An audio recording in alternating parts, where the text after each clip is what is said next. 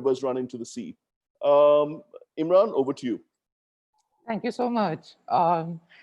Thank you so much, Gus, for getting me to do this and like having me have the chance to speak to Arshia. I'm always so excited to talk to Arshia. And I realized that this morning, it's been 10 years since I first read your translation of the Valmiki Ramayana, when we did that session together, when you did that session in Pune. So I thought maybe we could start at the beginning and talk about translation and the process of translation. Um, so when we place the Valmiki Ramayana within a literary history of India, what is the effect that it has on the text, and possibly what is the effect that it has on translation or the process of translation? Yeah, so let me first say hello to all. I see so many friends, and I'm very moved. Thank you all for making the time, to listen. But I mean, since you are friends, you've heard me say all of these things at least 100 times. Poor Imran probably 200 times.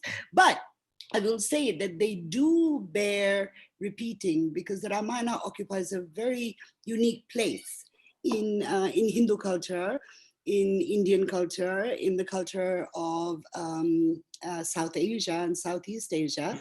And I think that's really what you're referring to in a sense, Imran, obliquely, when you say, how do we situate Ramayana, not as a text on its own, but in its context. And its most immediate context, of course, is the Mahabharata.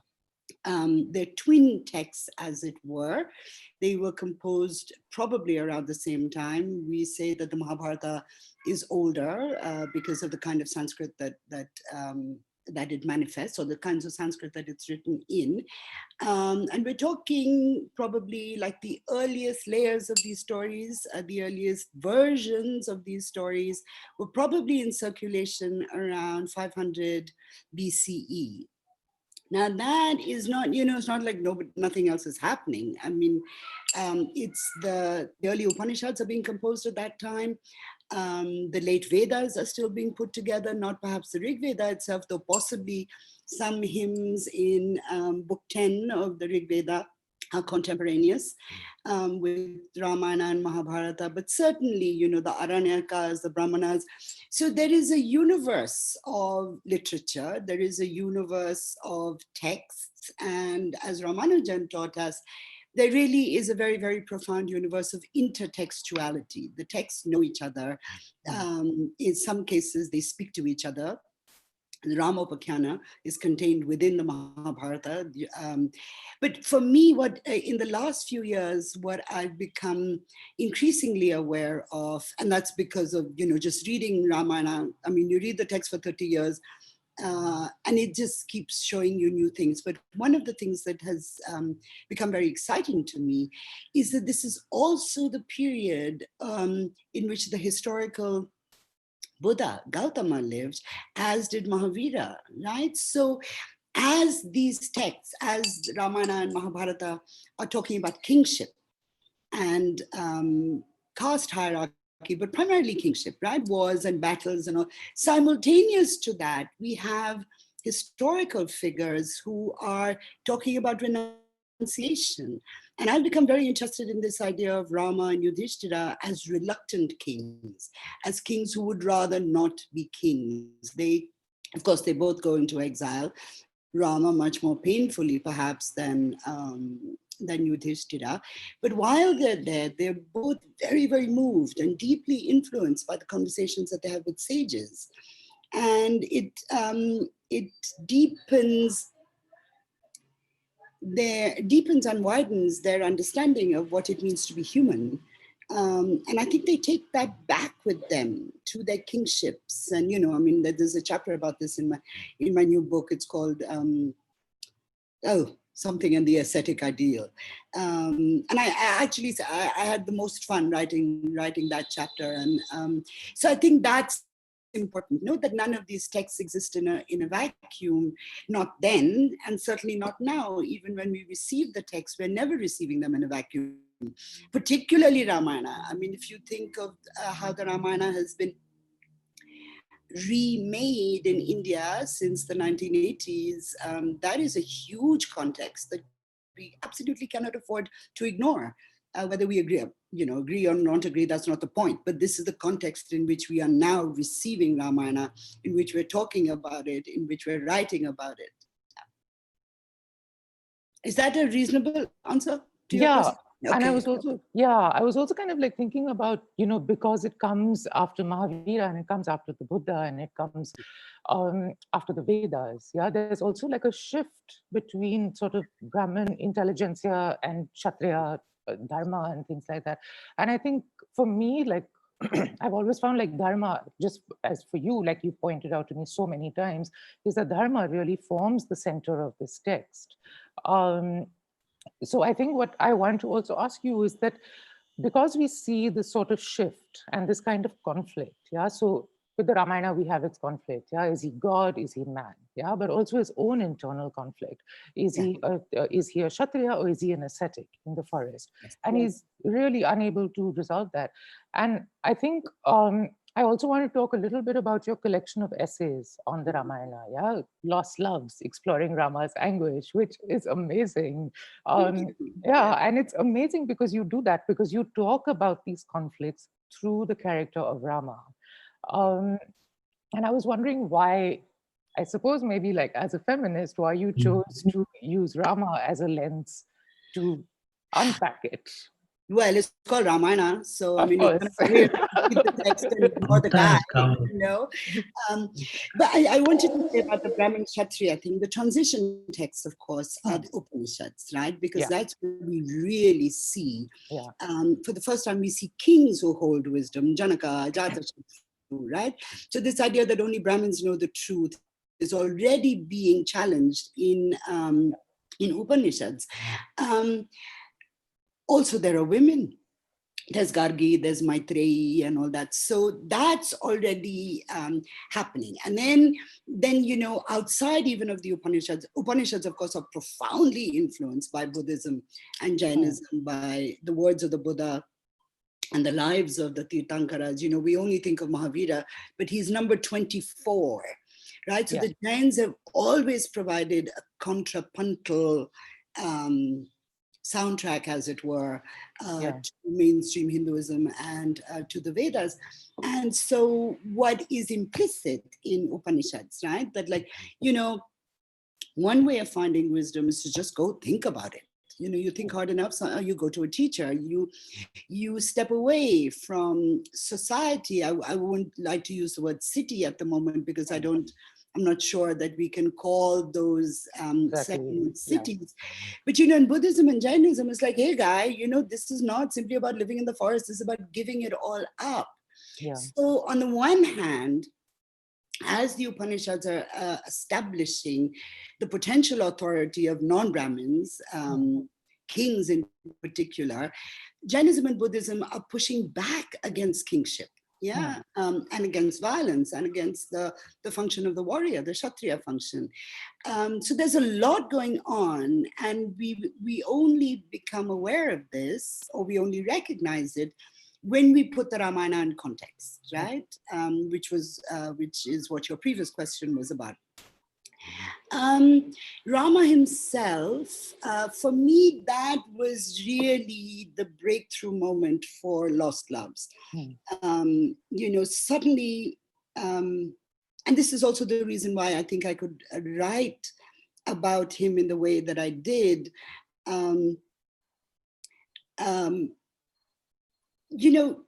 Look at, it's an incredible story. He thinks he's going to be king tomorrow morning. He's going to be crowned under the Pushya constellation and all like that.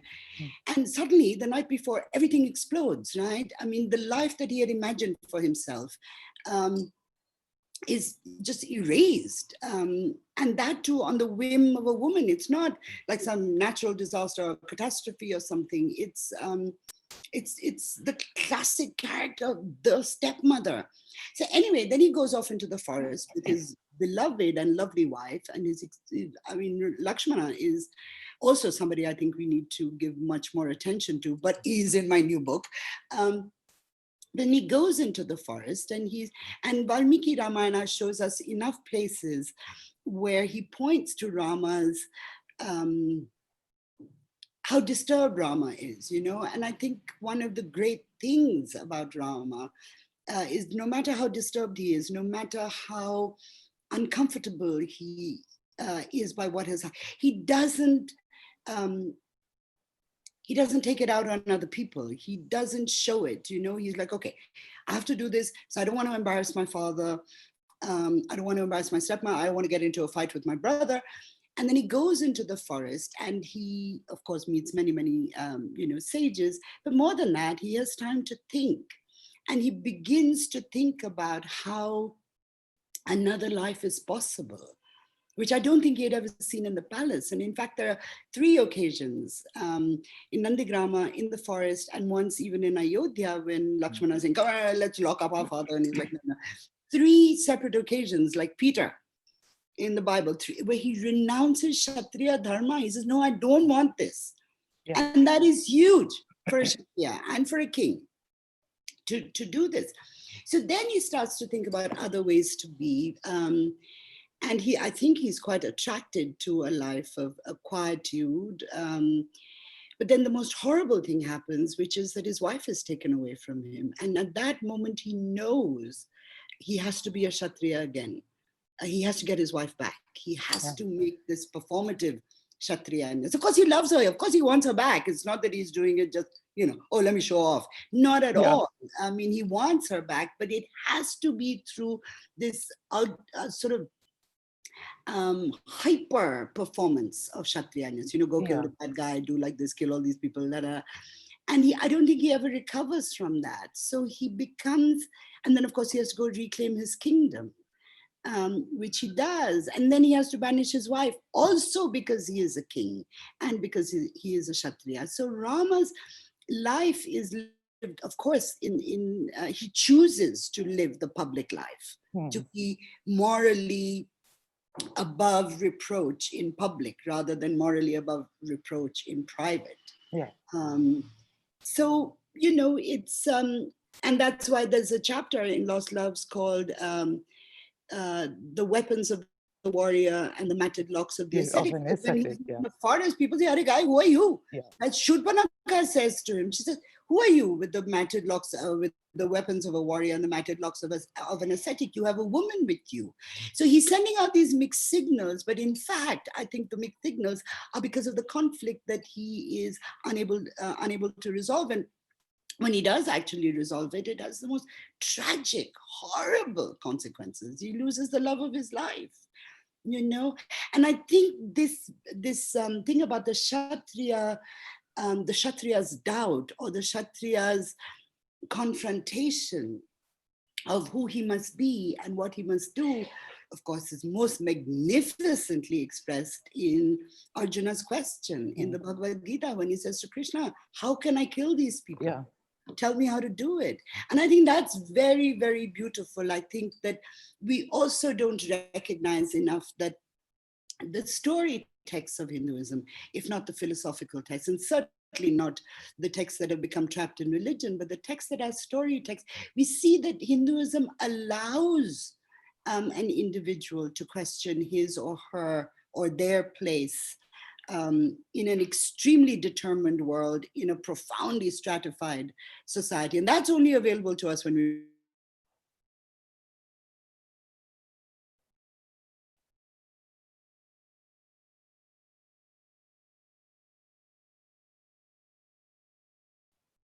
Has it frozen for you, Imran? Yeah, I think it's frozen. Arshia is frozen.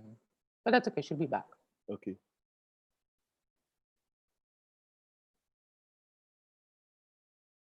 Sorry, everybody. We are dealing with actually extremely heavy, very strange rain right across South India.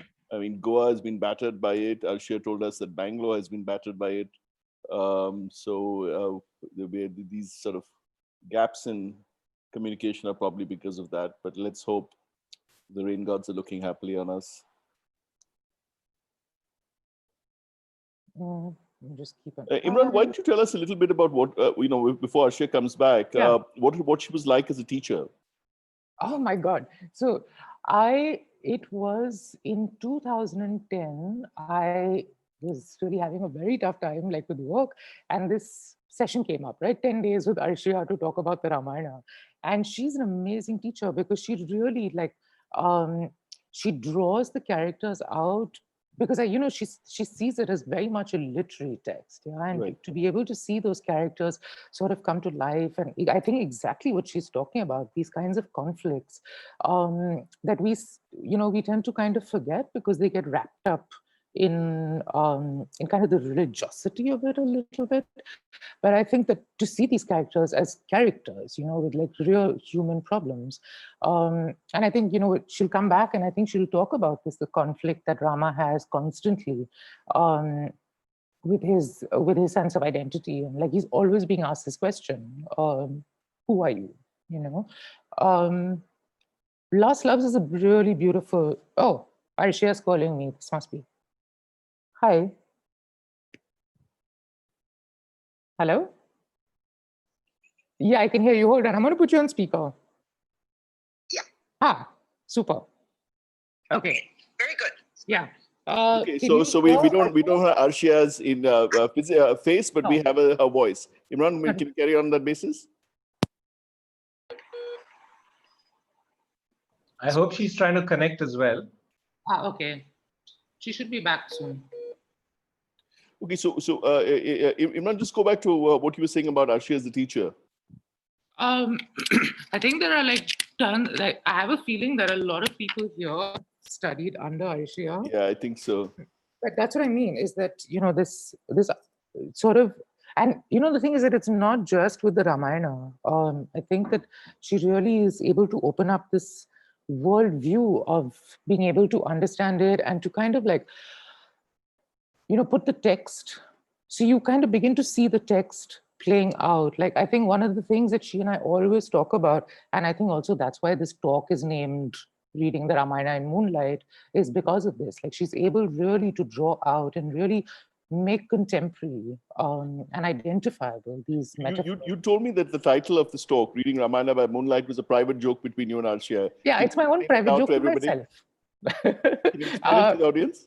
Sure. I'm going to actually come to it in the talk because we'll talk a little bit about it, but it's essentially because of the ways in which she talks, the ways in which she translates the metaphors of moonlight in the Ramayana. Like, she'll use these beautiful phrases when she translates it to describe the moon as a swan gliding upon a darkened lake. And, or talk about the moon as a great tusker. Hang on, she's calling me again. Hi.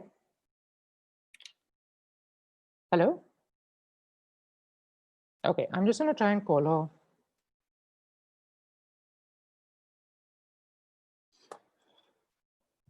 Yeah, sorry. Yeah, I think this rain is just like... I'm going to apologize to the audience, but as I said, when we swap the physical meetings of the Das Collective for these online meetings. Hi, are you back? Are you able to come back online? Perfect. Okay, cool. Right. No. She'll be back in a minute. She's just getting back online. I think her internet has finally picked up. No, this is one of the things about doing online stuff. No, it's so unpredictable and kind of lose the flow and everything. But we should be able to bring it back, I hope. Yeah, can I ask you, Imran, like, what drew you to the Ramayana? Because, personally, obviously, like most Indians, I grew up familiar with the text, but I always thought the Ramayana was sort of boring. I mean, the Mahabharata was much more complex and like had all these like fascinating characters. And I think my introduction to the Mahabharata was through Iravati Karve and, so all these nuances. And to me, the Ramayana was always this like really boring text, about this one perfect figure. I will say that Arshia's like Lost Loves was one book that's made me start rethinking about the Ramayana. What about you? What was it that drew you to the Ramayana? So I had the same feelings, about the Mahabharata. It's a very powerful book, and this Ramayana is about this ideal character. But I think when you read it, and I'm going to give you a book. Yeah? It's brilliant because it is so subtle. It's so subtle in the conflicts that it has. And I think, obviously, it was not only the text that drew me to it, but also during my research after that, like discovering at every moment hundreds and hundreds of retellings of the Ramayana. And to me, that's fascinating. How does a character, how does the story live through 2,500 years when everybody has something else to say about it? So I think it was kind of the plurality of the Ramayana tradition that really, really interested me a lot and sort of made me return to it. And I think I'm back. You're back. Arshia. Hello. Hello. Wait, try. Your video is still coming on. Okay. Yeah. Yes, you're back. All right. Hello. Great. Yeah, Welcome back. Hi. Sorry. No, I think Okay, we just have but- to take that as, you know, when there's something beautiful happening, the Rakshasas come, no, to interrupt the sacrifice. They've had their moment, they've gone. Internet Rakshasas. Yeah. Yeah. There are Rakshasas everywhere. But what I was saying, I think when I realized I'd been cut off, I was saying that, oh my God, Imran, I'm so sorry. My answers are getting longer and longer. No, please. But that was That's done. the point of this, yeah. That's the point of this, yeah. But that's exactly it. No, like I think Doc was just asking me what it was that made me come to that session, those 10-day sessions with you in Pune, and kept me like engaged with this book, which I just showed you, which is now falling apart. Yeah. And I was saying it's that is the subtlety of the text. Yes. And these conflicts that we don't hear about when we think about the Ramayana otherwise. Everyone's like, oh, he's very perfect, he's great. But he has a lot of internal conflict, and you bring that out in Lost Loves and with all of your other work, which is so in amazing. Uttara also, there's quite a lot about how, you know, once he becomes king, he's absolutely and utterly paralyzed. It's as if he can't act. And all he does really is he sits and listens to these Brahmins led by Agastya tell him all these stories about who Ravana was and who he is. And that's a very important change, because Agastya comes in the Uttarakanda. Before that, the family priest is Vasishtha, who's very gentle, and Agastya is a really aggressive Brahmin. So he takes control of the king. So the Uttarakanda actually, of course, it is composed much later. It's the resurgence of Brahminical values. And it's like, no, guy, we will tell you what to do. And the only other two things that Rama does in the Uttarakanda is the killing of Shambhuka, which is entirely about caste, and he banishes his wife, which is entirely about misogyny. You know, so it's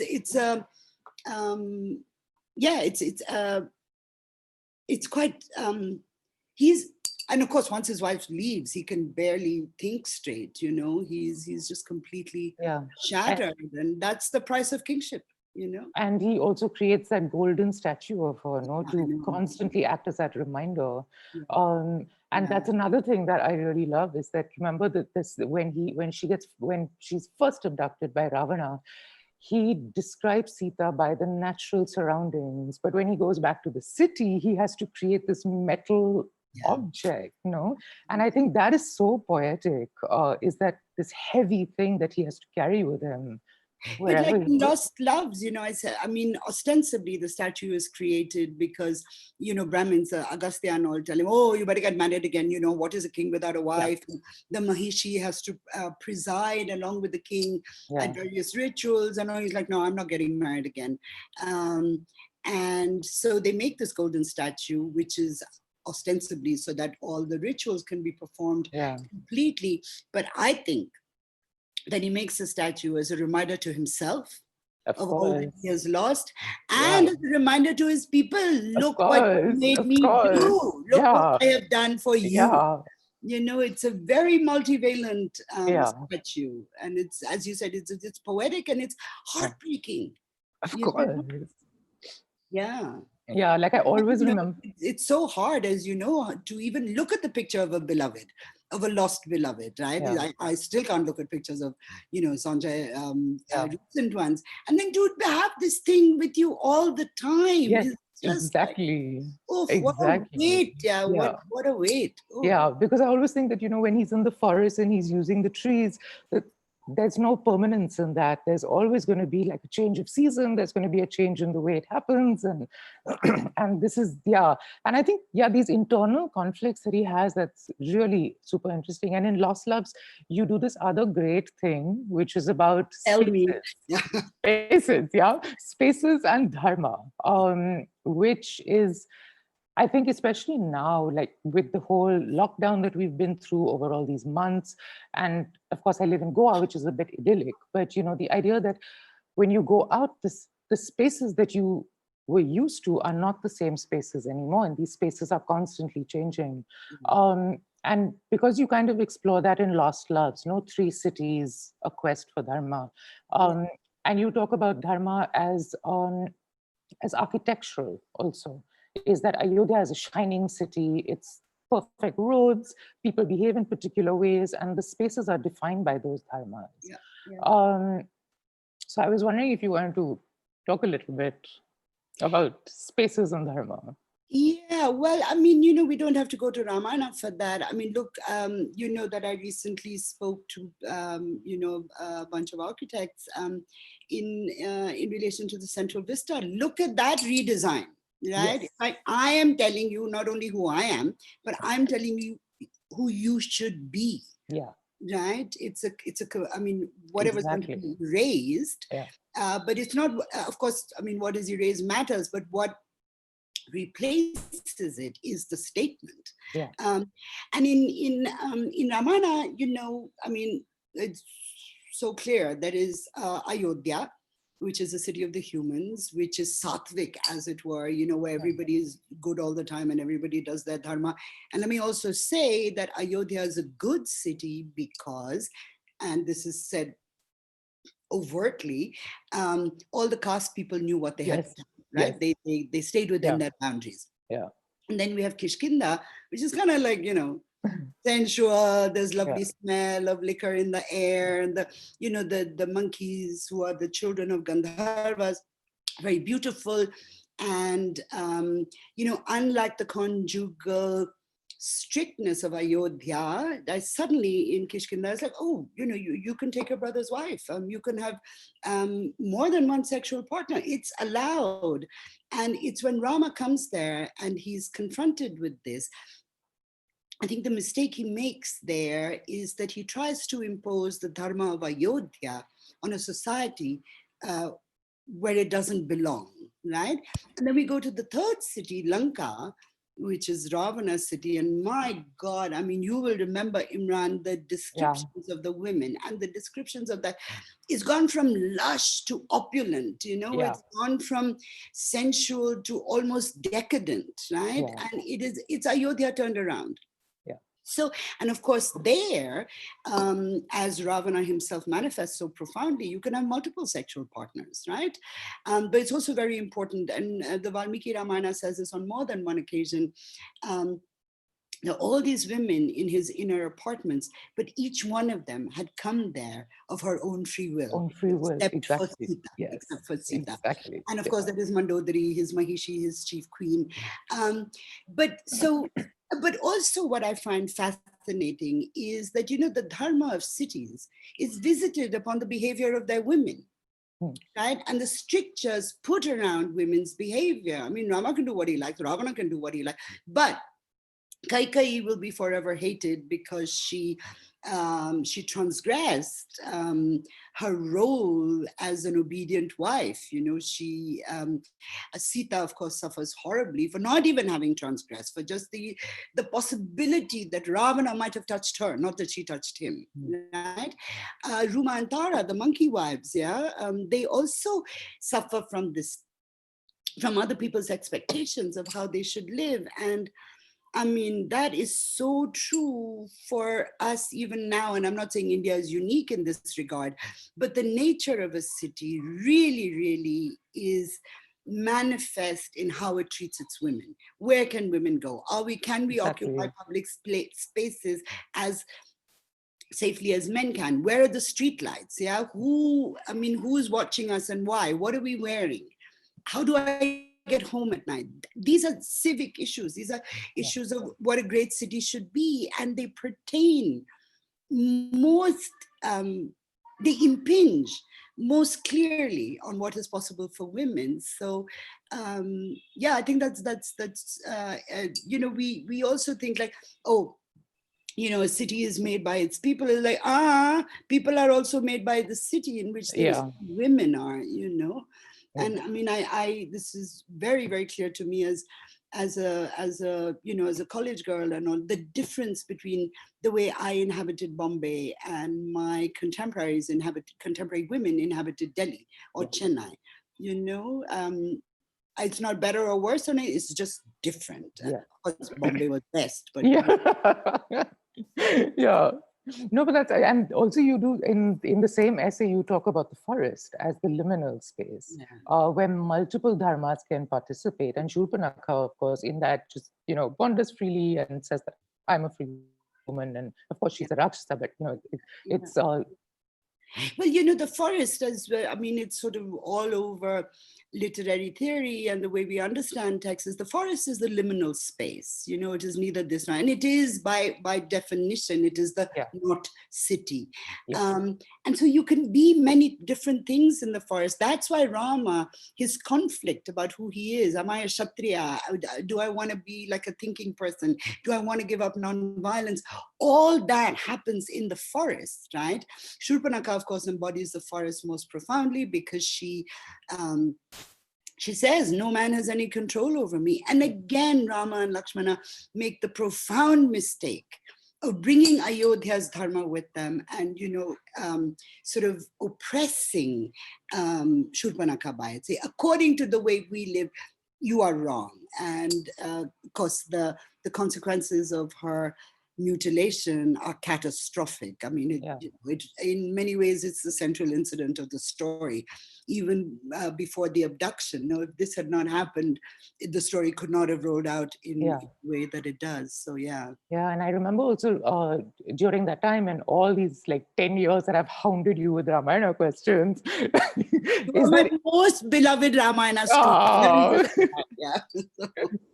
Yeah, no, is that you pointed out to me. Remember that moment when they enter the forest and it's Sita who reminds him to act in the way of the forest because he'll continue to attract violence if he brings his kind of Kshatriya dharma with him into, or the weapons of a Kshatriya into the forest. But that, you know, Imran, that's doubly important because so the incident that Imran is talking about is just before the assault on Shurpanakha.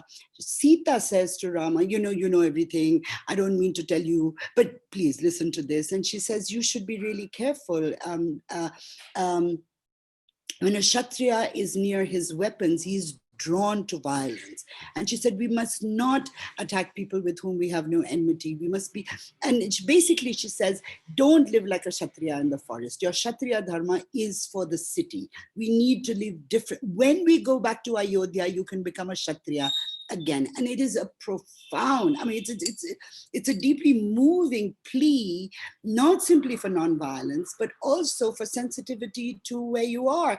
And it's the only time in the entire text when Sita speaks to him, not as a wife, not as a mother, not as a sister-in-law, not as a daughter, she speaks to him as a woman. She is complete, and that is only in the forest.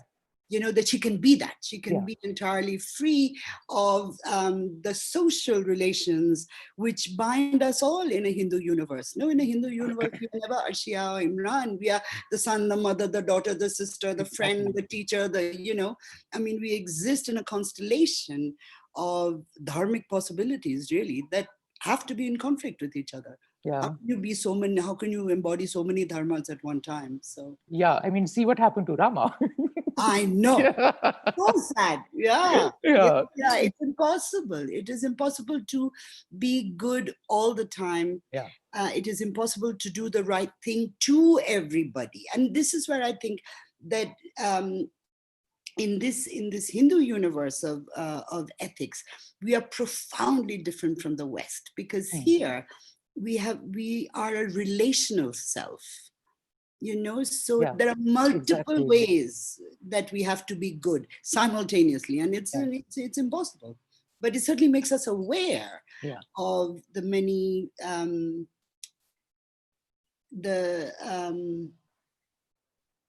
the many responsibilities that we carry. Yeah. Yeah, and actually, I'm so happy that we finally started talking about Sita, because, you know, when I was writing out these questions, I was like, all my questions are about Rama, and the only time I mention Sita is in relation to Rama. And, That's you a know, problem. But it's not your, it's a no, big it's not problem. your problem. It's not No, your it's problem not. at all. It's, you know, it is, yeah, well, you know, like I said earlier, it's not called Sitayana. We can Yeah. turn ourselves blue in the face writing new versions of the Ramayana, Yeah. which we can call Sitayana. And those are legitimate, powerful texts. Yeah. But that text, you know, we are encouraged to see her in relation first to Rama and then to Ravana, because she Yeah. is captive, you know. So. Yeah, but also that she has so much of agency in the Valmiki Ramayana, that because of patriarchy, we always think of her as, oh, you're so this ideal woman. But there are instances, and I remember you pointed it out to me when I said that very stupid thing during the sessions. Where I was like, When I made my angry eyes. Yeah. Angry eyes. What did you say? So I said, oh, Sita's such a boring character. She's nothing like Draupadi. Draupadi is so powerful. At which point, of course, Arshia made angry eyes at me, which she never does to students, ever, ever. But I got special angry eyes. And then she pointed out, not only that moment when Sita Arshia, can you reminds... show us like what your angry eyes look like? I'm in such a sweet mood today because of Oh, Imran yeah. that I can't do the angry eye. I'm sure somebody will ask a question which will make me do angry We eye. can save it for the... Yeah. And you pointed out not only that moment in the forest, but also the two Agni Parikshas. Yeah. So I was, yeah. No, see, the thing in what we, it's not that we forget, we are tutored Exactly. to unremember the fact that at the end of the story, you know, after the Agni Pariksha, they come home triumphant. Rama reclaims the throne of Ayodhya, and of course he banishes Sita. And then at his great sacrifice, he listens to the story of his own life from his sons, who look exactly like him. He neither recognizes them nor recognizes the story of his own life until the moment where he is told, and Rama banished Sita into the forest. And then he stops his sons and he says, whose story is this? And they say, Papa, it's yours.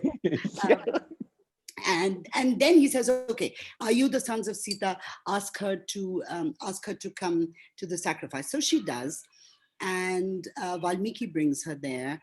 And before she can say or do anything, Valmiki says, this is Sita, she has always been pure. Rama, these are your sons. I am the 10th son of Prachetas and I do not lie. So he legitimates the sons in the public sphere of Ayodhya. And Rama says, you know, I always believed that my wife was chaste, but other people wouldn't, right? So, Sita, can you just take one more pariksha, just for the citizens of Ayodhya? You know, because what you did in front of those Rakshasas and Bandars and all that, that doesn't quite count, right? And Sita, at that moment, she doesn't even look at him. She doesn't say a word. In her mind, she says to her mother, who we assume is the earth, take me away. Right? In the Agni Pariksha in Ayodhya, in Lanka, also very important to remember, which we often don't. In Lanka, at the end of the war, Sita says, Lakshmana, build me a pyre, right? Yeah. It's not Rama who says, go walk into the fire because, you know, you're such a bad woman. On the contrary, she's like, I want to do this, right? And before she steps into the fire, she says, if I have been pure, let me come back, right? But in Ayodhya, when she does the second pariksha, she says, if I'm pure, take me away. And that is agency, right? Yeah. So she chooses to leave her husband. She chooses to leave a marriage, which for her now has become untenable. The sons have been returned to Rama. The lineage, the great, you know, Kakutstavansha is safe. There is no question that these are Rama's sons. She's done. And you know, Rama, as we know, is distraught at the you know, once she leaves, but it's too late. She's gone. Yeah. And also in your translation of the Valmiki Ramayana, there's that super painful moment when she arrives and she's looking at him with all this love, and he says those horrible things to her, like Says, you are like a flame, yeah, you are like a like lamp a to a man. lamp to a man with diseased eyes. My Like, God. yeah, Ooh, it's incredible. Yeah. yeah, What he says to, but also at that moment, she talks back and she says, how can you talk to me like this? yeah, You're talking like, she says, unfortunately, she says, like a low and vulgar being. yeah, No, I mean, not a statement I would like to repeat because it insinuates caste, but what she is really saying is that these words are not worthy of the great Rama. And she says, you married me as a young girl, and after all these years, you don't even know who I am. You have never seen me for who I am. Yeah, you've got some other picture in your head. And she said, you know what? Just build me this pyre. And that is also quite amazing, because this is the thing. This is what I tell everybody. Read the text. Read the story. Don't let somebody else tell you. And we're now old enough to read our own stories.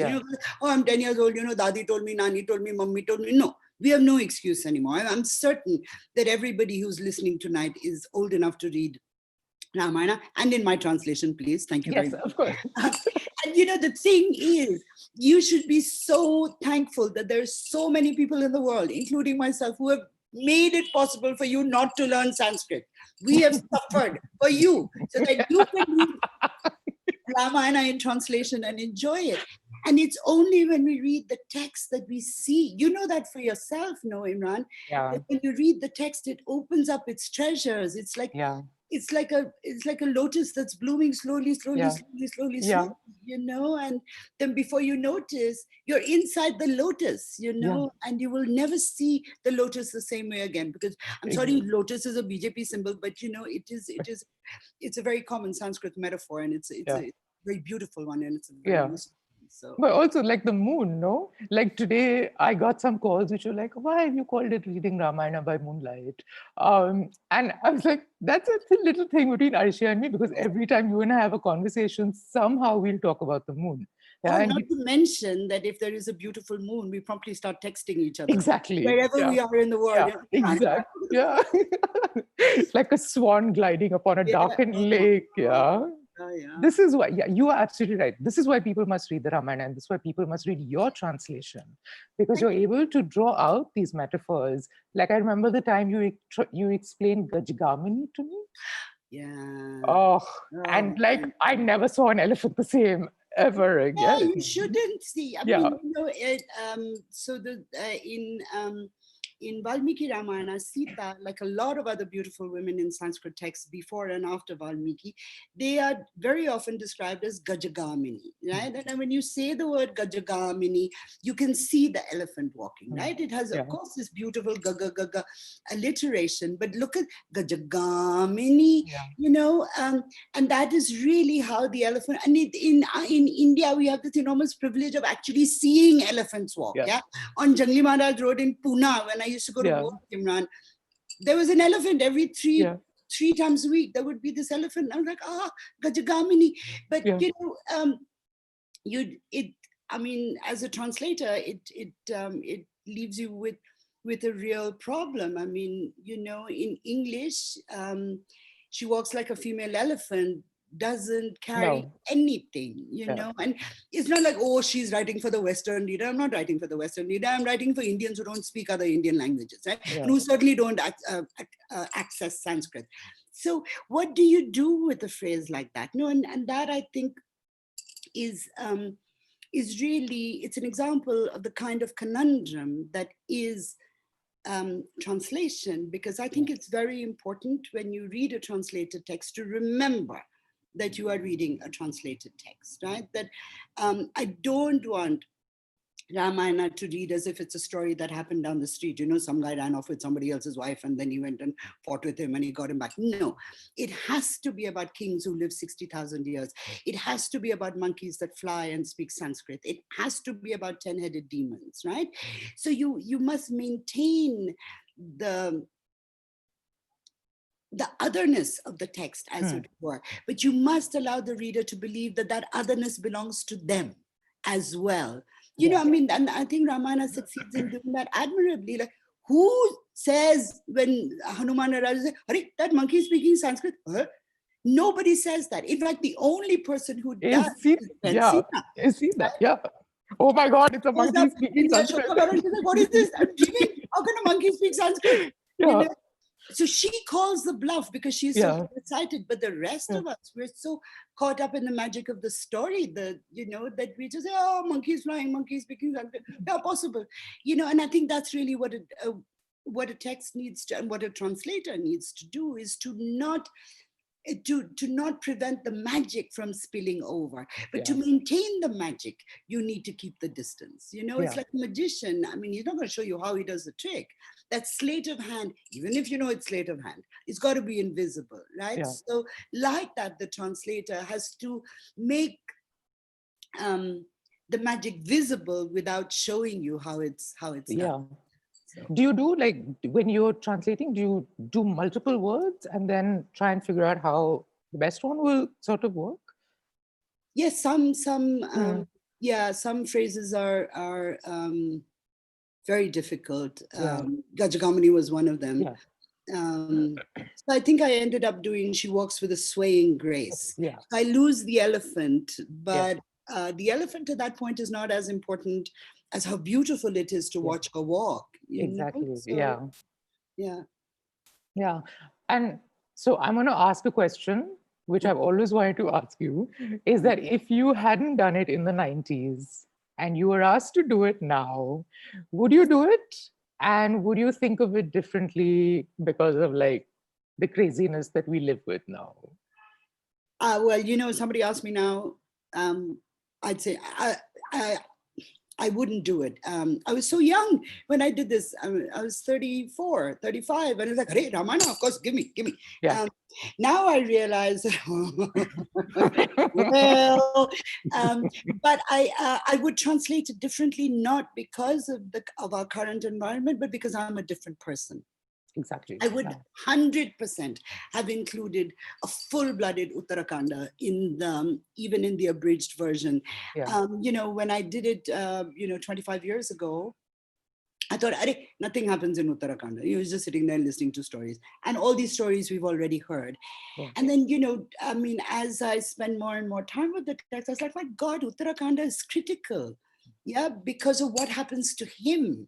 It's not like he doesn't do anything. He is the thing that we're looking at in Uttarakanda. So that, I think that's the biggest difference that I would have made. I mean, you know, of course, and you know this yourself as a translator, I mean, sometimes you read something you've translated and like, oh God, I could have done that so much better.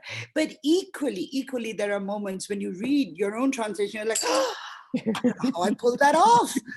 So, you know, isn't that true? I mean, you feel great pride and moments, of course, where you feel terrible, like, you know, not shame. I mean, shame is a big fat word. You feel discomfort, like, oh, I should have worked on that more.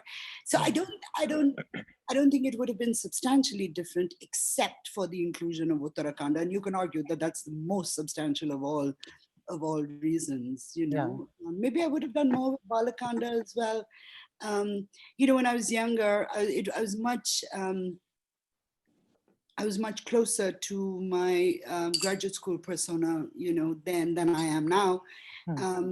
And I was obsessed with this, like, oh, this is before, this is after, this is later, this is, you know, this. And now I'm saying, like, this is the text. You know, when we think Valmiki Ramayana, it includes Bala and Uttarakandas. There are many, many things that we can talk about in that regard, but we cannot say that this, that, you know, Ramayana is only the middle books. So. But also the fact that the Balakanda and Uttarakanda, and this is something I got obsessed with during those 10 days that I did with you, and then for 10 years after that. And I remember so clearly this moment of us driving home in Pune, where I asked you, and you know, I had come from like this University of Bombay MA, thinking about time and like memory and all these like things. And I was like, but when is it happening? Is it now? Is it over? Is it in the present? Is it in the past? And that's what's beautiful when you read it, is that not only is there kind of like an orality that's built into the text, because Rama is always like, oh, who am I? And everyone has to tell him. But the fact that the story comes from Narada and then to the boys, and then they're reading it. And then, of course, like you mentioned earlier, that great scene at the end where he's like, this, what a great story. Who is these? Yeah. The other thing, of course, is that as with Mahabharata, that we are listening to the story at the same time that Rama is listening to the story. We are with that internal audience. The story is being told in this huge, Yagnyashala. He's performing the Ashwamedha. Right? It's the biggest sacrifice you can perform, apart from Rajasuya. Yeah. So as everybody is listening, as Rama is listening, we are listening too. And so when Rama says, "Who is this story about?" we're like, "Oh, did I get it wrong? Is this not Rama's story?" So it's a moment of extreme intimacy, and it's also, of course, it's the moment where this extremely sophisticated frame narrative breaks down, and that then we have to ask, where is Valmiki in the story? Is he inside it or outside it? And we have the same set of questions with Vyasa. Though of course with Vyasa, it's this is the thing about Mahabharata. It's so unsubtle. All the questions that one can ask in and of Ramayana, questions that don't have easy answers, the Mahabharata gives you those answers. It says, well, the visible narrator, he's inside the story and outside the story at the same time. He's telling his own story as much as he is telling the story of the king, Janameja, or Janameja's ancestors, Yeah. And this is one of the things that I'll always remember about Sanjay, is when he said, the one thing you should always remember to ask the question, who is speaking? When you are reading a book. And like that is just ingrained in my memory whenever I'm reading anything. We were reading the Bible together once. Exactly. My mother, and he's like, well, who is speaking? And it's like, I think it's God. And he's like, no, it's not. It was the biggest question, and we stopped reading because we couldn't answer that question. But like, because it's so complicated, you wrote, of course, you've written Hanuman for children, you've written Ramayana for children, but you just say it as it is. Because once you said this lovely thing is that I don't write for the child and the adult, but I write for the adult and the child. Yes. And I was wondering, like, when you're retelling a story which is as complicated, as problematic as this, how do you grapple with it? How do you think about it? What do you think you can say? What you shouldn't say? What you should say? Well, as a translator and as a reteller for children, both times, you just have to tell the truth. You have to say what the text is saying, as a translator. You want to read out the story, go read out the story. I mean, that's a whole nother enterprise. And as you can imagine, it becomes a little bit different when the text that you love is saying things that you don't love. When the text is saying things that are difficult for you to live with and to grapple with. But as I do with my translation, text says, and I trust my reader to figure it out. And I think we don't trust children enough. I think an 8, 9, 10-year-old has a very intuitive sense by then of what is right and what is wrong. They don't need us to tell them, this is the bad guy. No. They know what is going on. And if they don't, they will ask the question, And so when I did Ramayana for children, in all these interviews, people are asking me, what is your message? I was like, what is my message? Why do we think that only adults read for pleasure? Why do you have to give children a message?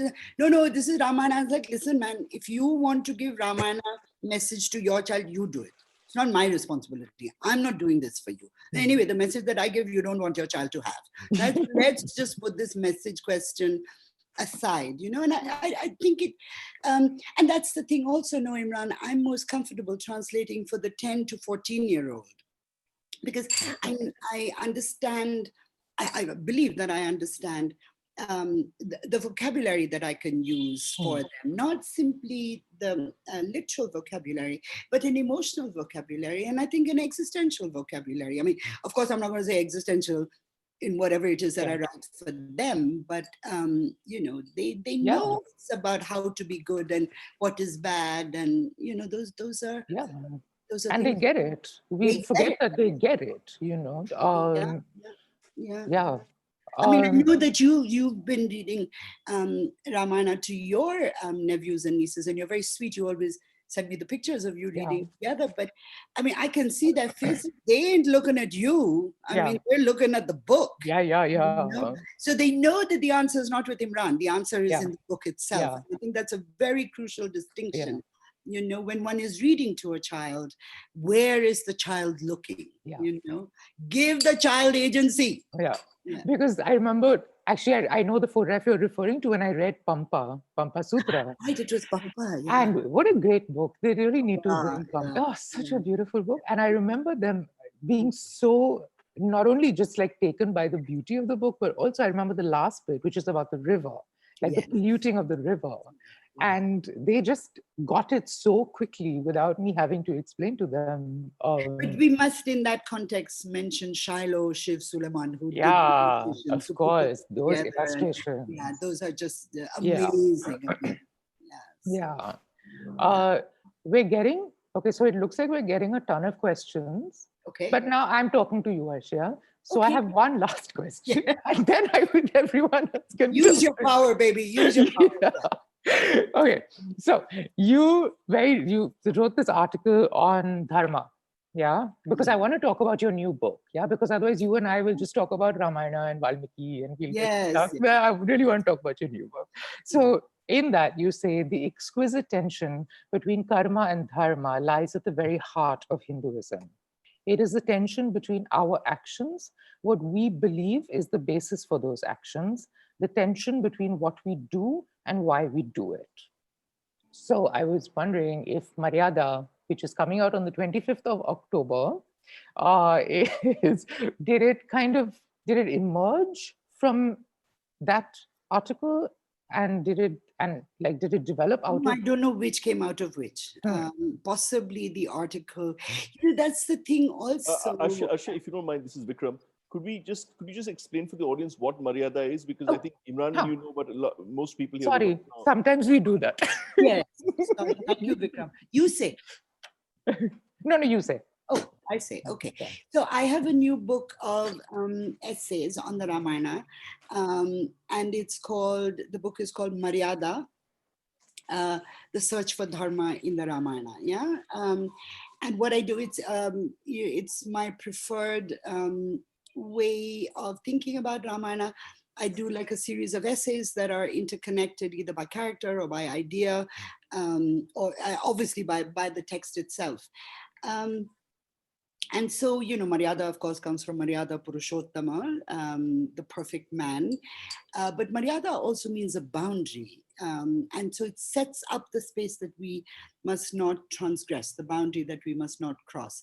And, you know, again, Rama dominates our imagination of the Ramayana and in the Ramayana, but not everybody, there's so many characters there who are also facing dharmic conflicts. You know, one of the things, I talk about the queens, Dasharatha's queens, and I think one of the things that we might need to think about is like, we've been brought up to believe that Kaikeyi is the bad woman. Why is she the bad woman? She was doing what any mother would do. She was watching out for her son. Right? So if we think about that, then Kaikeyi is actually performing the dharma of a mother. It may not be the best dharma available to her because it hurts so many people, but it is a dharma, right? Lakshmana is one of my favorite characters in Ramayana. And so there's a whole chapter on Lakshmana and how his definition of dharma is different from Rama's. Rama believes that dharma is about righteousness. Lakshmana believes that dharma is about justice. Right? And I think those two don't go together. So Lakshmana wants to, you know, put Dasharatha away because he says he's doing the wrong thing. It is unjust that you do not be king. And Rama's like, well, he's my father, he's the king, he has the right to change his decision. So that's a very interesting conflict between the two brothers. And I mean, you know, I think it's up to all of us to decide which definition of dharma is more appealing to us. Then there's this whole business about the dharma of a king, which we started the session by talking about. Is it okay for a king to say, I don't want to be a Kshatriya? Is it okay for a king to be reluctant? If you have spent your entire life being brought up to be king, can you actually say when you get the crown, you know what, I don't really want this, right? It's like, no, well, you know, one kind of dharma, one of the dharmas that is within your realm of choice is you cannot say that. And another dharma, which is again within your realm of choice, which says, no, you know what, I don't want to be king because I don't want to kill people, or I don't want to banish my wife, or I want to live in the forest. So there are multiple characters in the Ramayana struggle with what is the right thing to do. And of course, Rama's struggle is foregrounded. And the beauty of Rama is really that he always wants to do the right thing. But the tragedy is when he does the right thing and it goes wrong. Yeah, even he has no control over that. And you know, that I think that's why he's called Maryada Purushottama, because he does the right thing no matter how hard it is. And it is very hard. It is, we may disagree with his choices, but certainly he didn't make those choices without thinking. He might actually have made them because he thought about them too much. But, you know, I'll stop because otherwise I'll get myself into a hole. Arshia, we'll go back a little bit to some of the questions that came up in the Zoom chat. One question that came up quite a while back was whether you had only looked at the Valmiki Ramayana. Let me just expand that question. That yes, you know, your work has been with the Valmiki Ramayana, but you must have some awareness of the many other Ramayanas. And so, can I ask, like, what does one get from reading all the other Ramayanas? Well, one realizes what a rich tradition it is and how there isn't just one story. And there are multiple ways to tell Ramayana, and there are multiple tellers of Ramayana, right? And I think one of the things that's happening to Ramayana since the 1980s is we are being told there is only one story. There is only one way to think about this story. There is only one way to think about Rama. And that has never been the case. In the 2,500-year history of Ramayana, it has always had multiple tellings, right? And many of the tellings are subversive, challenging, questioning. The Ramayana is not afraid of questions. It's the people who control Ramayana who are afraid of questions, you know? Is that an answer? No, absolutely. Now, Ashok Joshi just asked a question which even I wanted to ask. He said he wants to know about your work on the Kathasaritsagara. I'm also very curious about this. I mean, because I've always been fascinated by the Kathasaritsagara and all this long tradition of stories that flow out of India and become, you know, so many, the Arabian Nights and the things, and all these sort of sea of stories that come out of India. What is there any relationship between the Kathasaritsagara and the Ramayana? Well, yes and no. I mean, Ramayana is one of the stories that flows into the mighty ocean of story. And there's a version of Uttarakanda in Kathasaritsagara where, you know, Sita has her children in Valmiki's ashram and, you know, what happens there. And actually, it's a very interesting version of Uttarakanda, because what happens is Sita has gone to bathe. Sita has only one son. And his name is Lava. And one day when she goes to bathe, she takes the baby with her, and Valmiki comes into her heart and says, oh my God, the baby's gone. And he thinks a wild animal has taken it. It doesn't occur to him that Sita might have taken the baby with him. And so he picks up a blade of kusha grass and creates an identical baby. And that baby is called Kusha. And that's how there are twins, right? Now that's really interesting. And that, as you mentioned, as I overheard you say earlier, when we were talking before the session started, this difference between high and low culture, the so-called folk and the so-called classical. Now this Kusha story, the Kathasaritsagara one, is completely a folk tale, right? And it destroys the hegemonic power of the Indo-European narrative where there must be twins, right? It destroys the head. It doesn't destroy, but it certainly talks back to So yes, of course, Ramayana and Kathasaritsagara are related. But Kathasaritsagara, of course, has a much longer history that is lost to us. We only have now the 11th century text that was put together in Kashmir, and it was written in Sanskrit. Oh goodness, what was I going to say? How are the texts really? Yes. So the Kathasaritsagara, the origins of the Sagara itself are not as classical, perhaps, as we would like to imagine. Certainly they're Sanskrit stories, but they seem to have been written by and for merchant classes. They were not written for Brahmins and Kshatriyas. In the classical tradition, if we open up the classical tradition as widely as we can, it's the one truly secular text that we have. Not the one, it's one of the few truly. So all kinds of people are in Kathasaritsagara. Buddhists, Jains, merchants, like monks, smart women, silly women, courtesans. Courtesans are a huge part of the Sagara tradition. And they're all urban stories. They're either seafaring or they're urban. So in those ways, it talks about a world that could not be more different from the world of the Ramayana. Oh, I want to say that, that given that this is 11th century Kashmir, a place that is, has so much going on in it, so many religious traditions, so much, it's like a caravanserai almost, despite its mountains. So the one thing that is missing in Kathasaritsagara, noticeable by their absence, there are no Muslims. So, but that is also because it is a court text, it is composed in a particular environment and all that. So, and I mean, I do think the Sagara is a very important text, again, because it is contrapuntal.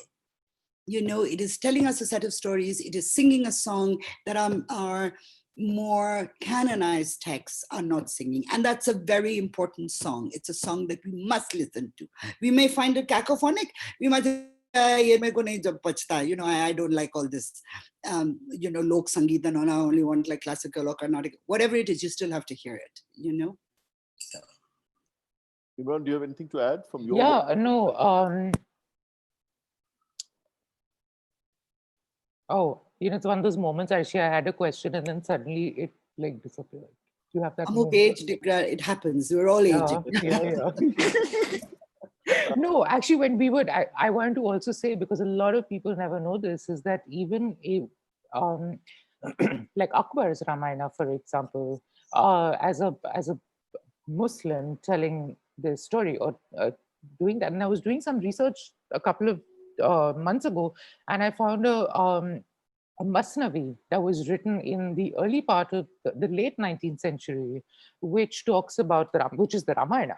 Yeah, but in which Rama is going for Hajj and Rama is doing all kinds of things. And this is what is so beautiful. And we forget, no? Yeah. I mean, the Laotian and South African, Rama and Lakshmana are bodhisattvas. Yeah. Yes. And one of the reasons, Lakshmana performs all the many violences. Rama cannot, because he's on his way to becoming the Buddha. He cannot do violent things and be set back several lifetimes. Yes, absolutely. This is the genius of the Ramayana, that it is so welcoming. It is so absorptive.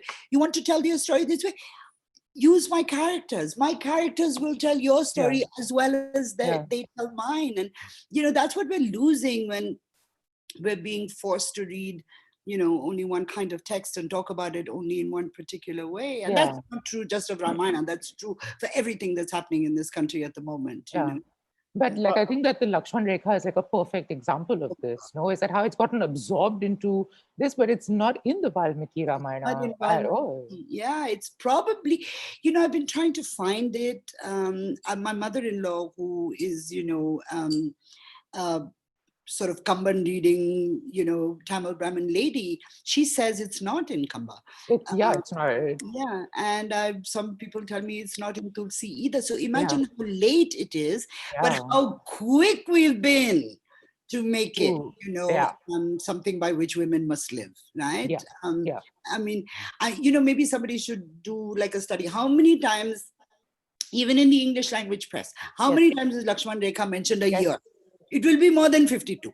I have So no doubt about that. Yeah, so I did this thing where I would, every time there was a news report, I'd quickly read it. Or if there was what was happening in Rajya Sabha, for example, you'd end up reading it. And the amount of times Lakshman Rekha has been used in courts of law, especially with divorce and separation and things like that, it's bizarre. But again, that is so beautiful is that it's so much a part of our language. Oh, yeah. It's a cultural vocabulary. Yeah. I mean, how often do you hear, I mean, I heard it all, Are puri Ramayana sun ke puchta hai Sita kaun hai? Yeah. I mean, this is going to be me being very banal, but the one thing that always gets me about Lakshman Rekha is that it's used in daily household conversation for that cockroach, Yeah, well done. Well done for reminding us of that. Yeah, the cockroach. Yeah. But imagine from the sublime to the ridiculous, from keeping Sita safe, right, to not letting the cockroach enter the kitchen. Who's the cockroach? Really. I mean, Arshia, what do we say? Arshia, you said right at the beginning of the talk that you've been increasingly interested in the figure of Lakshman and in exploring his role. Can you tell us a little bit about this? Yeah, like Sita, as Imran said when we started, that Sita is only seen in relation to Rama. So too, Lakshmana is seen only in relationship to his older brother and in terms of what his brother did do and what he didn't do. And Lakshmana is, I think our interest in Lakshmana outside of the Sanskrit Ramayana tradition, that even our interest in Lakshmana gets moved to Urmila, his wife. Right? What was she doing? Why didn't he take her? How did she feel? How did she feel when he came back? And there's this beautiful, beautiful story where she says to Lakshmana, and she is, of course, Sita's sister. And she says to Lakshmana when he's leaving, she says, I will sleep for these 14 years. I will sleep for you so that when you are in the forest, you will be ever vigilant and you will be able to take care of Rama and Sita, right? And when he comes back, she wakes up. And she says, who are you, right? It's sort of a mixture of Rip Van Winkle and Sleeping Beauty and all that. And the other story of Urmila is that she spent her time becoming a Vidushi. She became a scholar. And when Rama comes back, she challenges him. She challenges the decisions that he makes. But where are the other stories about Lakshmana? Yeah. So, and I've always found him like, strong, silent type. Well, he's not so silent. He talks a lot more than Rama does. In fact, he's not silent. He expresses the things that Rama cannot express. He expresses the anger. He expresses the frustration. He expresses the critiques of his father's behavior. He shouts at Sugriva. He says, what kind of guy are you, man? What do you know about an alliance? He also shouts at Rama. So the only person with whom Rama has an ongoing intellectual and philosophical engagement is actually with Lakshmana. And but really the thing that made me think like I really have to take this guy more seriously is, at the end of the Ramayana in Uttarakanda, Kala arrives, sent by Brahma to tell Rama, your time is up. It's time for you to come back now and go back to your Vishnuness. But Kala arrives and says, I have to talk to Rama. It's a private conversation. And so Lakshmana takes him to Rama, and Rama says, Lakshmana, guard the door. Don't let anybody in. Because Kala says, whoever interrupts our conversation, that person will die. Durvasa, of course, comes along. Who else is going to come? Oh, Rama, tamasha. And Lakshmana says, no, you can't. And he says, who are you? Right? And of course, he bursts in and the curse goes into motion. And Lakshmana says to Rama, I have to die because this is what has, and Rama's like, no, please don't do. But Lakshmana, he goes alone to the banks of the Sharayu, alone, absolutely alone. And he lies by the river and he stops his breath. right? And I'm like, that is the most moving death I've encountered in Ramayana. Now, when Rama leaves to go back to his Vishnu, whole city follows him, the Rakshasas come, the Vanaras come, all the gods come down. Nobody came for Lakshmana. And he's also a part of Vishnu, right? He's an Amsha, he's not an Avatara, but he's just lying there. And I thought like, wow, this to me, it's a self-willed death, right? And I think it's a suicide, actually, because not simply that his time on earth is over because Rama is not going to be there, but he has done everything that Rama asked him against his own better judgment. He has been critical of Rama. He says, don't do this, think about this, think about that, but he never doesn't do it. And there's a point at which he's like, I cannot do this anymore.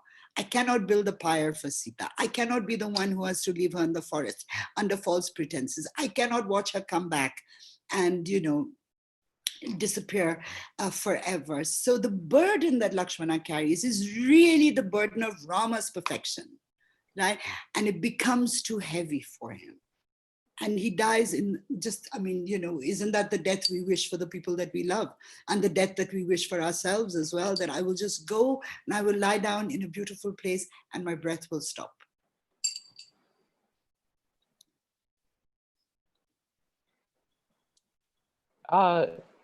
Vikram, you're muted.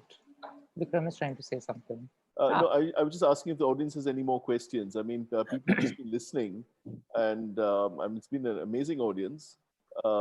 Somebody's just asked a question about the Baroda critical edition. Yes. Could you explain a little bit about this? Well, all our ancient texts, including Veda, were oral. Yeah, Veda perhaps more spectacularly than anything else, but eventually they got written down, right? And what happens is that no manuscript is identical. Sometimes because people have bad handwriting, sometimes because they hear it incorrectly. But manuscripts can vary more greatly than that. And so what we do with things like Ramayana and Mahabharata, the Mahabharata has its own magnificent critical edition, which was produced by the Bhandarkar Oriental Institute in Pune. So what happens is we call them manuscript traditions, and we do it very simply, north, south, east, west, right? And so we compare manuscripts. This is also interesting, huh? The earliest manuscript we have of the Ramayana is from the 15th century. And guess what? It wasn't found in India, it was found in Nepal. Of course, we'll say that's because the Muslims came and burnt the manuscripts. That's not true. And Nepal is a Hindu kingdom and they kept, none of that is true. It just happens to be that the manuscript was found in Nepal. And then we compare manuscripts within traditions, and a critical edition is formed from verses that occur in every single manuscript tradition, right? So if we are looking at 6 manuscripts, and 6 manuscripts say Lakshmana cut off Shurpanakha's ears and nose, then that will be in the main text of the critical edition. But so that's 6 manuscripts. And if 4 out of the 6 say Lakshmana cut off Shurpanakha's ears, nose, and breasts, then that will come outside. It'll be in the book, but it won't be in the main text. And if we have 2 manuscripts that say Lakshmana cut off her ears, nose, breasts, and tongue, then that will be the second one. So as a scholar, you have available to you all the many ways in which the Ramayana was recorded. But the most common one will be first, then the next, then the next, then the next. And that's how we know that there is no Lakshman Rekha. What we also, and this is again something that we choose not to focus on, in Mahabharata, in the critical edition of the Mahabharata, Krishna does not come when Draupadi prays. And her clothes are not extended. And that to me is remarkable. That is truly remarkable. But it also shows us that we're dealing with layers of a story that were pre-Bhakti Hinduism, that were before the idea of Avatara, before the idea of Vishnu being Krishna and Rama. Yeah, so that to me as a scholar is interesting. And I think it should not be erased. But given everything else that's being erased now, I mean, what is this? It's nothing. It's just, yeah. Imran, if I could ask you a question, since you have Oh. worked so much on performances of the Mahabharata, of the Ramayana. I mean, one of the interesting differences between the two texts is that the Ramayana has been a much more performed text, right? I mean, there's this long history of performances of the Mahabharata, of the Ramayana.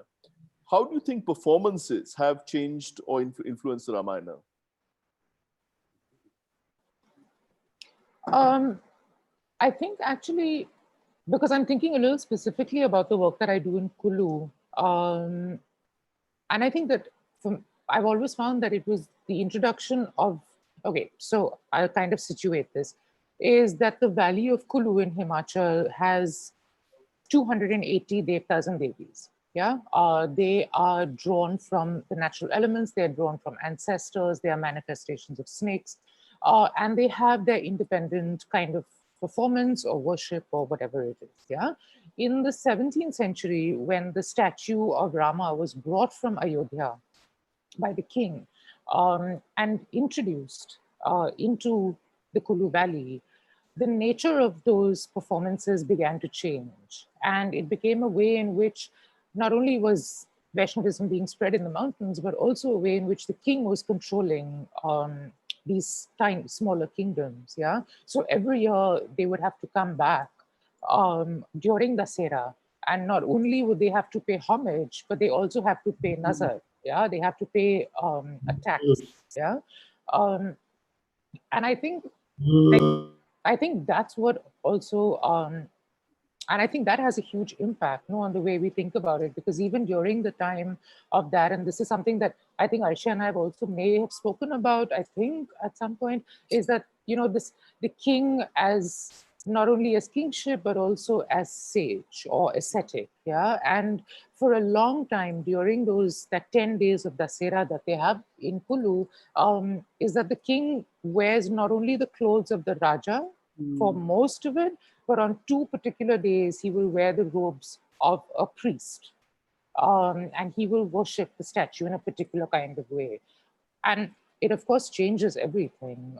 Is that now a lot of the devtas and the devis of the area are sort of, I'm going to use the word aligning to mainstream Hinduism, where they are saying that they are descendants of Rama or Krishna or the Mahabharata, characters from the Mahabharata. But it wasn't true before the 17th century, if that kind of answers it. Arshia, do you have anything to say about how the fact that the Ramayana is also a performative text changes the way it's been understood? Yeah, that's also true of Mahabharata. In fact, Mahabharata is more commonly performed because the conflicts are externalized, and in Ramayana the conflicts are so profoundly internal. There's nothing really to show, except until Hanuman comes along, and then there's a lot of fun. But I mean, I know that most of us, including myself, most of us enter Ramayana because we have seen Ram Leela and we have seen Hanuman, and that's a really interesting entry point, that we are not interested in Rama the hero or the god or whatever. It's this guy, it's this flying monkey that speaks Sanskrit and can burn a city and is really funny and is really wise and who does not bring back the princess even though he could. That is our entry point, right?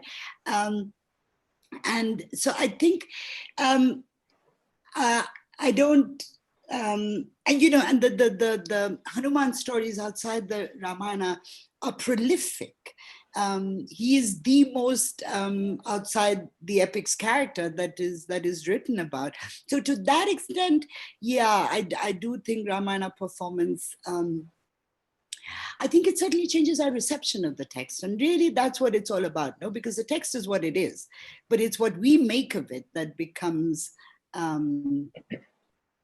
critical in whether this is a text of inclusion or exclusion, if it's a text of patriarchy or hegemony or caste. That is our reading. The text itself is probably, open enough to let those questions be asked, right? And it's we who make it patriarchal and, all the other things that we struggle with. Yeah. But I think exactly is that, like, within the performances, this is what I'll always love about it, is that all the performances or all the stories that come and build this huge ocean of Ramayana stories are dealing with all the things that the Valmiki Ramayana just does not want to think about. It's saying what is not said. But everything is there. It chooses not to make a Exactly. big deal about it. Yeah. Like I think like in Sita Sings the Blues, no? I think that says it beautifully, is the shadow puppets, where they're like, is her name Janaki? No, her name is Sita. And then they'll go into this, they have no idea what is going on. No? But and it's true of like reading the Ramayana, you never know what's going on. You know? Yep. Oh. We're at 9 o'clock, which means we really should be tailing off. If anybody has any last questions to ask, I'll give you a chance when I ask one last sort of question to both Imran and Arshia. The incidents in the Ramayana are so vivid that other times that in other stories, other tales, you've seen something and said, oh my God, that's from the Ramayana, or it could be from the Ramayana. I mean, I'll give you a very silly example. It's like when I was watching the Game of Thrones, and I'm sorry, guys, Archie is already laughing. And you're right. Yeah. There's one climatic scene is where Daenerys Targaryen like burns down the tent and kills all the Khalees. And I was like, oh my God, that's the Agni Pariksha right there. Absolutely. The other day I watched Awara, the Raj Kapoor picture, for the first time really as an adult. It's the whole of the first half is Ramayana, completely. Really? Wow. Yeah. And he even says he throws out his wife because he thinks she had an affair. Where did that come from? There's only one story I know that makes us feel about it. Ramayana is everywhere. I mean, once we read it, yeah.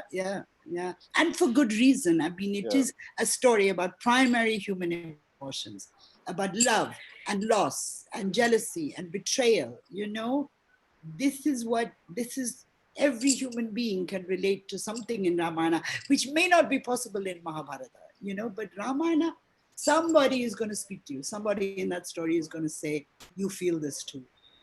Okay, I'm amazed. I mean, we only seem to have compliments. I mean, there's no controversy. There are no trolls. I'm almost disappointed. I mean, what is this? I mean, we were like waiting for the trolls and the trolls haven't appeared. I mean, it's like... Sandra used to say this to me. He says, what kind of books do you write? Everybody likes them, right-wing, left-wing, feminist, anti-feminist.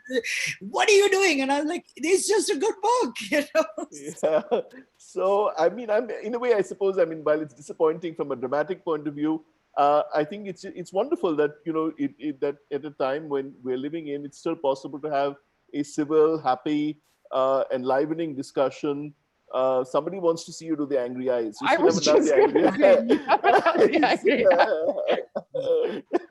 well, maybe this is not the moment for angry eyes. Maybe it's the moment to remember. This is the moment when we're lost in the lotus. Okay. Lost in the lotus. Okay. Yeah. So thank you very much, Arshia and Imran. I mean, it's been a really amazing session. It's been our best attended session, I think, ever. I mean, we've had more than 100 people attending it, which is quite incredible. And more than that, at least 80 people at least have stayed on right through to the end, which is really quite remarkable and a testimony to both of you. Thank you very much for being part of here. I just want to quickly mention our event affiliates. EcoPostro, which is an organic and reusable products store in Goa, and Edible Archives, which is an amazing restaurant that focuses on a lot of traditional foods. Arshia, you have to come to Goa because you're going to give me lots of free things. So if you come to Goa, you can use the stuff that the EcoPostro and Edible Archives is giving us, whereas Imran just has to like come over from Nachnola to the other side of the highway and use them.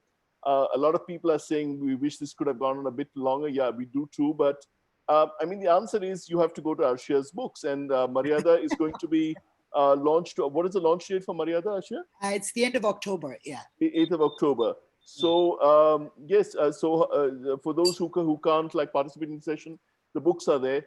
Thank you very much for helping us with this session, and we'll hope to see you again at the next Das Critique Talk next Monday. Thank you.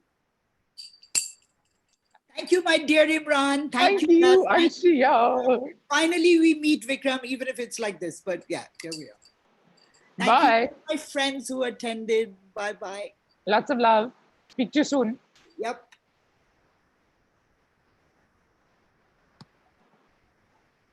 Oh, everyone left us, Arshia. Oh, good. Bye. Bye-bye. Thank you. See you soon. You. Bye. Wait, we're screening a video, man. Hey, Steph, how do I unmute? Oh, no, it's okay. I think I'm just trying to oh, I just have to hit the mute button, right?